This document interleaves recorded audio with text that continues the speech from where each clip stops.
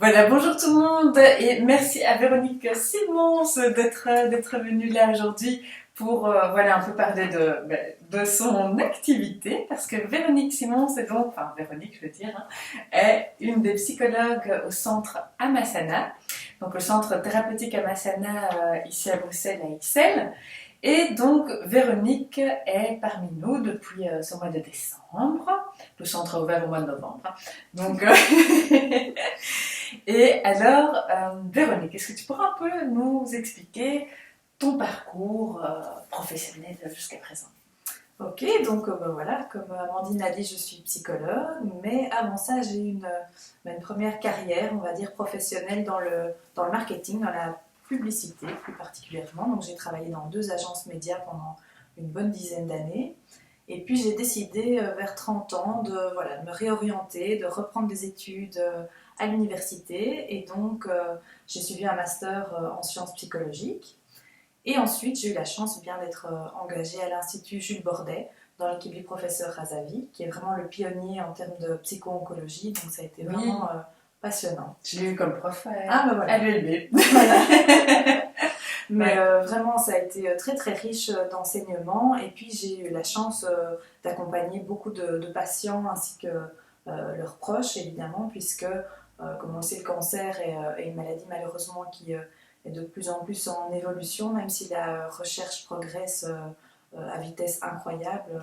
Et bien malheureusement, c'est toujours le cas. Et cette maladie, voilà, elle est faite de pleine d'incertitudes et donc de beaucoup d'anxiété. Donc c'est très important que tant les proches que les patients soient suivis d'un point de vue psychologique, à mon sens. Et donc ça a vraiment été très riche et passionnant. Et ensuite, depuis peu, je travaille au centre de traumatologie et de réadaptation de l'hôpital Erasme, qui est sur le site Bruckmann. Et à côté de ça, j'avais aussi envie d'avoir des consultations voilà, avec plus de monde, j'allais dire plus, qui touche un peu plus de monde, c'est ça. Et donc j'ai vu le centre Amassana. Et donc ça fait 2 mois que je suis là et je suis vraiment ravie parce que j'ai choisi ce centre parce qu'il allie justement cette idée du corps et de l'esprit et que pour moi, voilà, on a tendance à souvent séparer les deux, mais que c'est très important que ça forme un tout et qu'on s'occupe des deux. Donc voilà pourquoi je suis ici.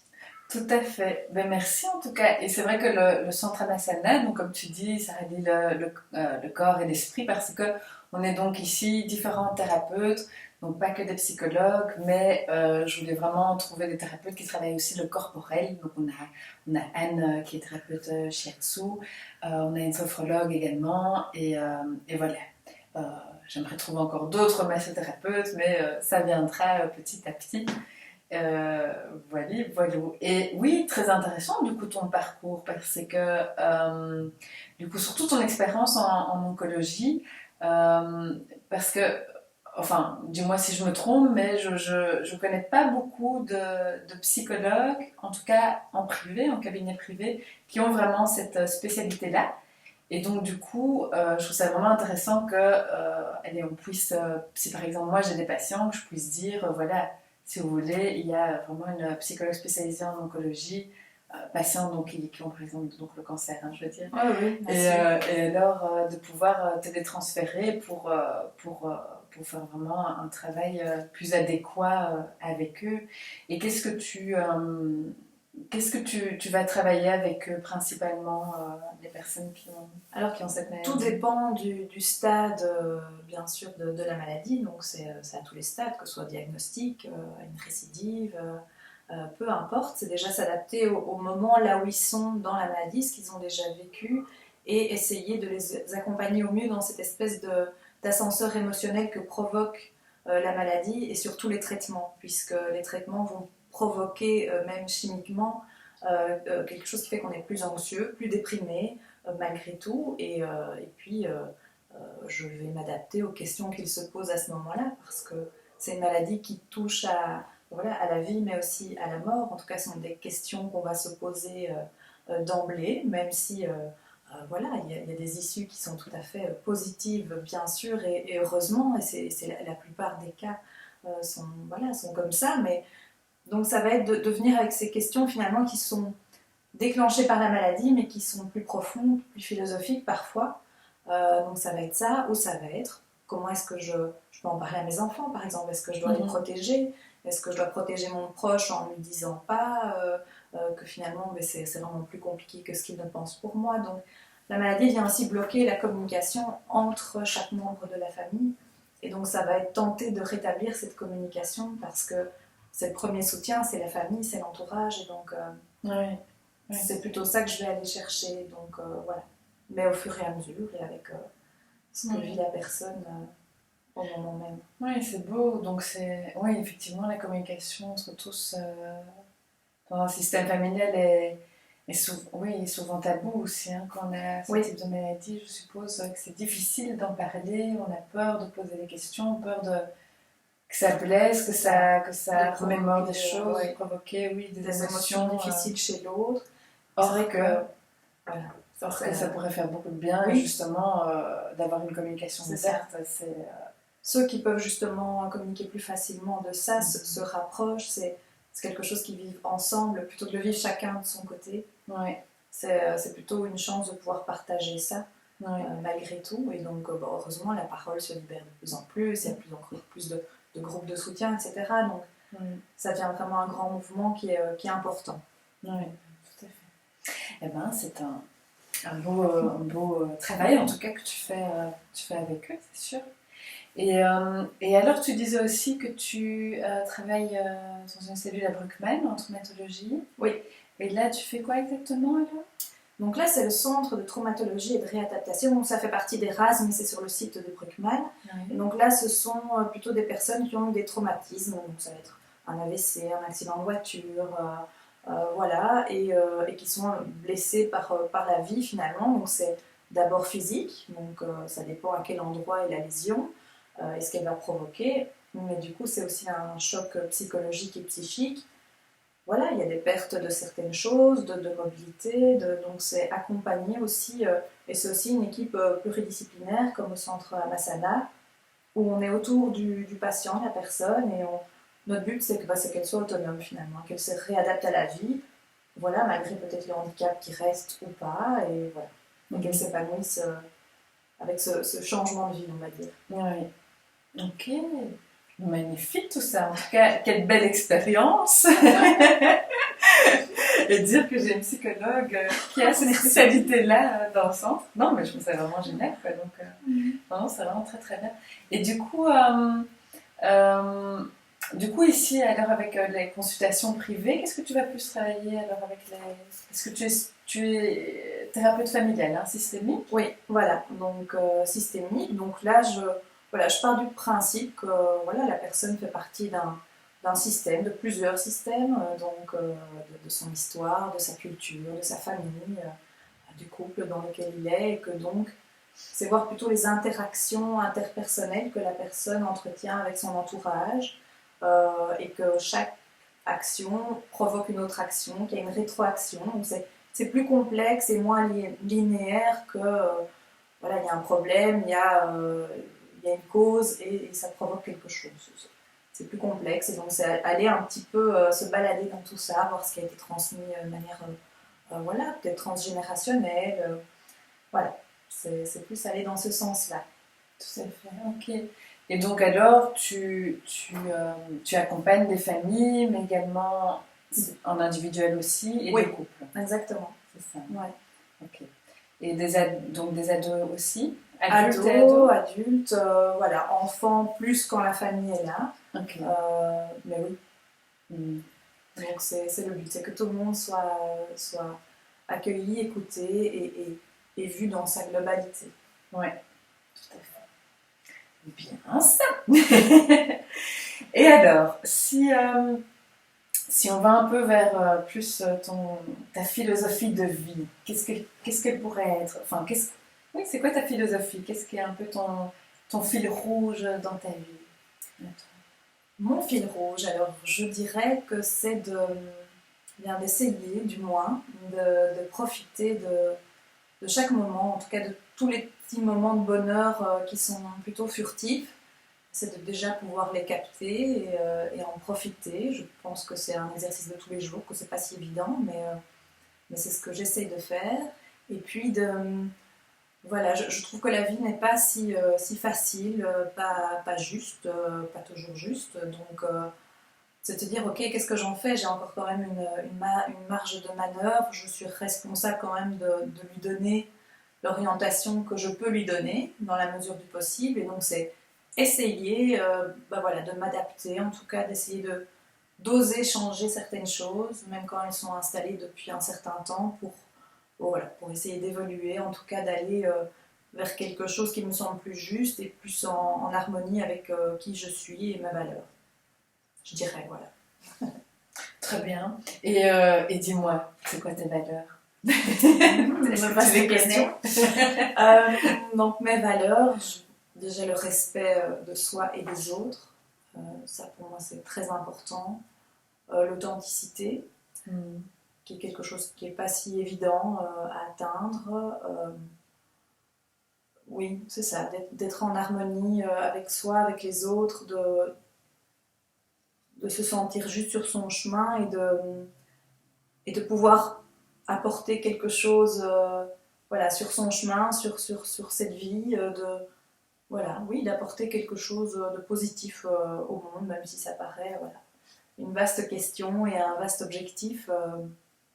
Je crois que ce sont mes valeurs, en tout cas, oui. Ok. Et que je suppose tu essaies de les transmettre aux personnes que tu accompagnes? Ou... J'essaye, mais c'est plutôt les personnes qui, j'allais dire, qui se remettent en question, qui réfléchissent. Je les accompagne aussi dans leurs valeurs. Mes valeurs ne sont pas les valeurs de tout le monde. Donc c'est vraiment être plutôt dans l'accueil de l'autre et de ce qu'il apporte, de ce que la personne apporte. Et en fait, ça aussi, en fait, c'est une valeur, c'est la curiosité. Je suis hyper curieuse, hyper non jugeante. Quoi. J'accepte, je prends ce que les gens apportent. Et en général, c'est tellement incroyable et riche que c'est un bonheur de voir aussi toutes les manières qu'il y a de voir les choses, d'exister, de faire. Donc non, c'est juste accueillir aussi l'autre comme il est. Oui, avec ses valeurs propres à lui alors. Exactement. Dis-moi un peu, si on revient à ta profession de psychologue, alors c'est quoi qui t'a attiré dans ce métier? Donc tu as dit hein, que tu avais fait une reconversion professionnelle, hein, à l'âge de 30 ans tu as réétudié. Et donc alors c'est quoi qui t'a vraiment attiré dans ce métier? Pourquoi tu as choisi d'être psychologue? Bon, je pense que ça a toujours été là, en tout cas le fait d'être en contact avec les autres, d'avoir envie de faire, voilà, de faire sourire l'autre, d'être très attentive à ce qui se passe, aux réactions de l'autre en fait, quand l'autre se sent moins bien, ou est un peu mal à l'aise, ou en difficulté. J'ai toujours eu cette attention de vouloir que l'autre voilà, se sente mieux. Donc c'est d'abord par l'humour, par voilà, faire rire, et puis ensuite, en grandissant, c'est juste être attentive et essayer du moins d'être présente pour les autres et pour mon entourage. Et puis voilà, la vie fait que ça m'a emmenée sur une autre voie, mais que ce petit chemin qui était déjà là a évolué, a fait que voilà, j'ai traversé des moments de vie qui n'étaient pas évidents, où j'ai eu l'occasion aussi d'être bien accompagnée, d'être écoutée, et j'ai mesuré finalement la chance que c'est, et j'ai trouvé ça vraiment important, et donc c'est à mon tour aussi pouvoir voilà, accompagner les autres et faire ce que je peux pour voilà, que les autres continuent leur chemin et leur évolution aussi. Donc c'est ça qui m'a attirée dans ce métier. Et puis pour moi, c'est pas, voilà, c'est pas un métier, c'est vraiment un accomplissement.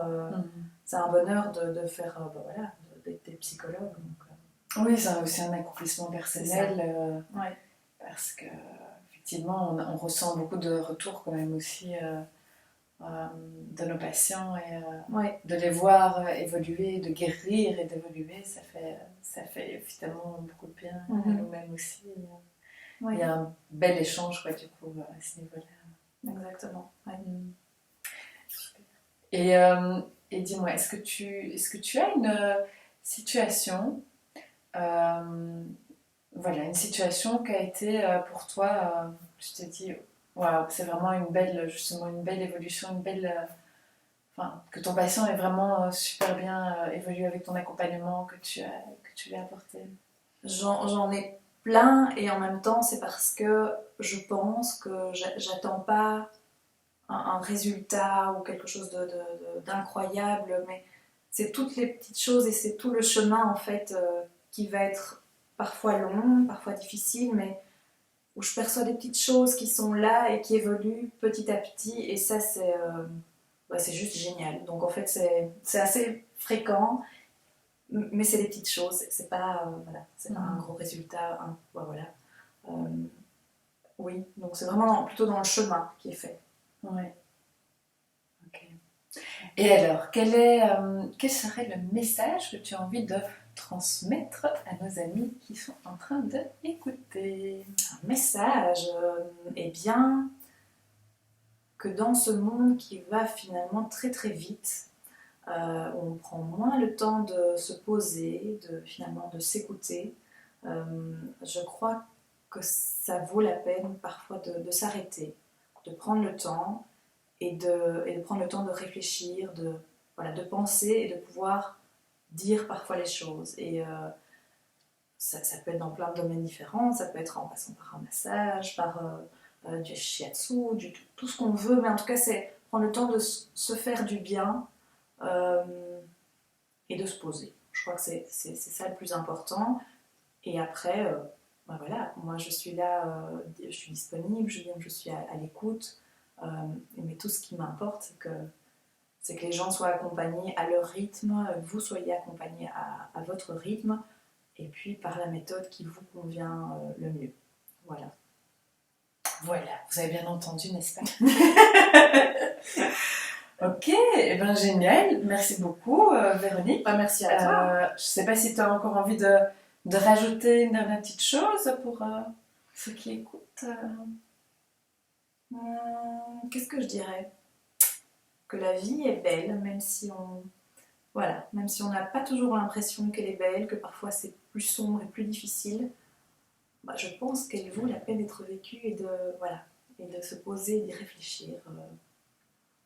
Voilà, et donc c'est la manière de voir les choses parfois autrement qui permettent de se sentir bien ou mieux. Ouais, tout à fait. Voilà. Quel beau message. Voilà, en tout cas, merci Véronique. Merci à toi. Et merci à tous d'avoir regardé cette interview. Et on se verra dans une autre interview également des autres thérapeutes du centre Amasana. Merci à tous, à bientôt. Merci, au revoir.